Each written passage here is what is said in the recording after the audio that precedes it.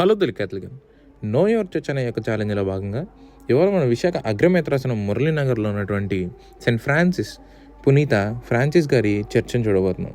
ఈ యొక్క చర్చికి ఫౌండేషన్ 7/8/2016 సంవత్సరంలో వేయగా 30/17/2017 సంవత్సరంలో విశాఖ అగ్రమేత్రాసనం పీఠాధిపతి అయినటువంటి మల్లవరపు ప్రకాష్ గారు చేతుల మీదుగా అప్పటి పారిష్ ప్రీస్ట్ అయిన విజయప్రసాద్ గారి ఆధ్వర్యంలో ఈ యొక్క చర్చ్ ప్రారంభించబడింది.